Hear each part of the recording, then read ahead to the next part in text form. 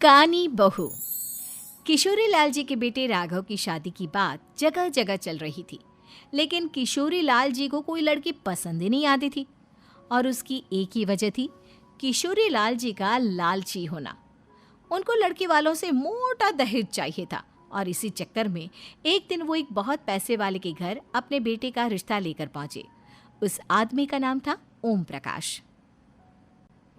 देखिए किशोरी लाल जी, मेरी एक ही बेटी है और मेरी सारी संपत्ति जायदाद सब कुछ मेरी बेटी नैना का ही है। पापा, नाम से लगता है बहुत खूबसूरत होगी। कितना अच्छा नाम है ना, नैना। ओ, वैसे बात तो सही है आपकी। अब इतना पैसा है, ज़मीन जायदाद है, इकलौती बेटी, आप भी क्या करेंगे? सब कुछ उसे ही देंगे ना। बिल्कुल ठीक पहचाना आपने।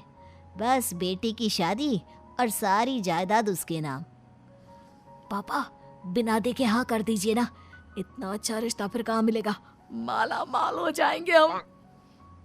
मैं अपनी बेटी को बुलाता हूँ।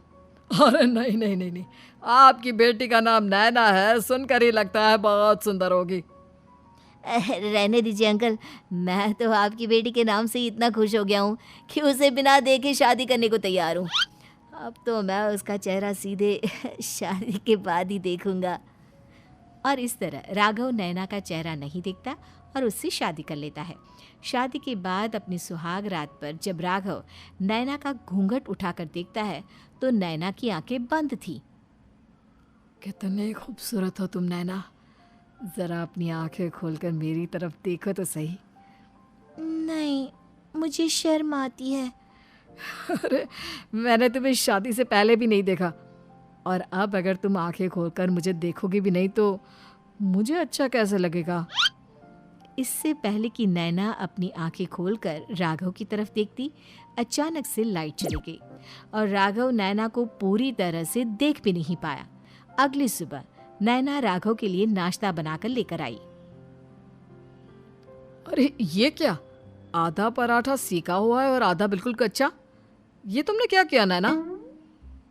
बहू, तुमने क्या आधा पराठा तवे से नीचे लटका कर रखा था, जो आधा सेका है और आधा कच्चा?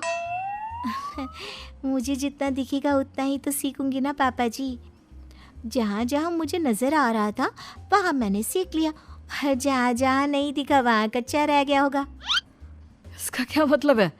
ये कैसा मजाक कर रही है तुम? अरे बहू, तुमने इतना लंबा घूंघट क्यों लगाया हुआ है? देखो, हमारे घर में बहुओं को बेटी की तरह रखा जाता है, और फिर तुम तो इतना सारा माल लेकर आई हो। देखो, ये घूंघट डालकर रखने की कोई ज़रूरत नहीं है। हाँ नैना, पापा जी ठीक कह रहे हैं, तुम तो आराम से रहो, अपना ही घर समझो। नैना अचानक से अपना घूंघट उठा लेती है। अरे ये क्या पापा, नैना की तो एक आंख फूटी हुई है।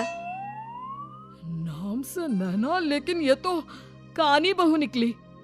मेरे साथ धोखा हुआ है, धोखा। बिना दिखाए अपनी कानी लड़की मेरे संग ब्याह दी। मुझे कानी बीवी नहीं चाहिए। मुझे अभी ओम प्रकाश जी से बात करनी पड़ेगी।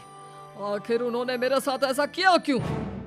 अरे, आप लोगों ने ही तो पापा से कहा था कि आप लोग शादी से पहले मुझे देखना नहीं चाहते।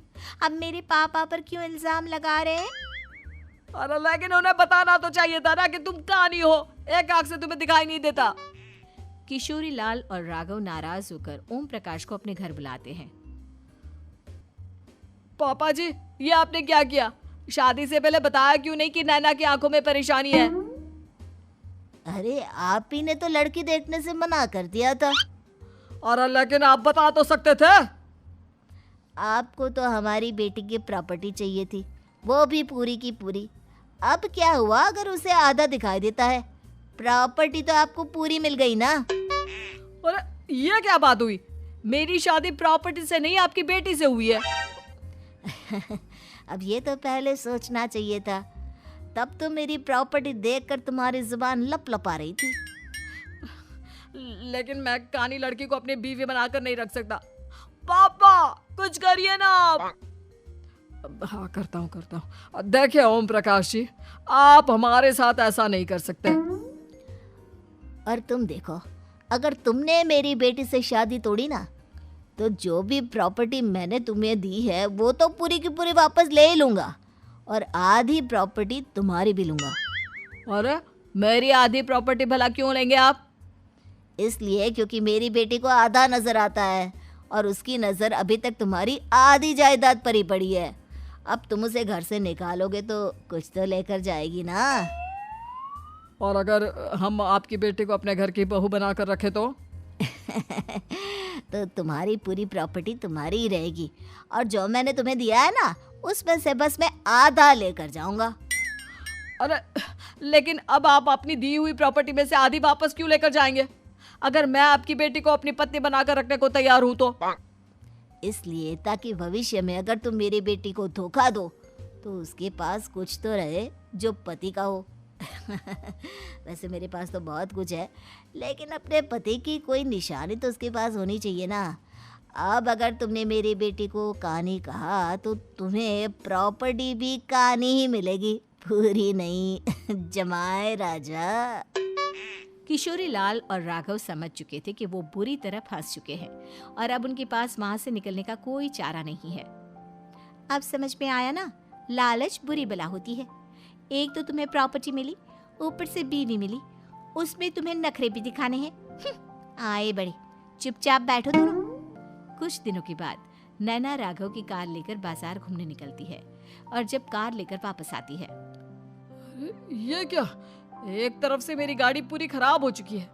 लगता है तुमने मेरी गाड़ी को किसी दूसरी गाड़ी के साथ एक्सीडेंट किया है। अरे अरे कितना बड़ा नुकसान कर दिया तुमने बहू। वो क्या है ना पापा जी, मुझे एक आंख से दिखाई नहीं दे रहा था, सामने से गाड़ी आ रही थी।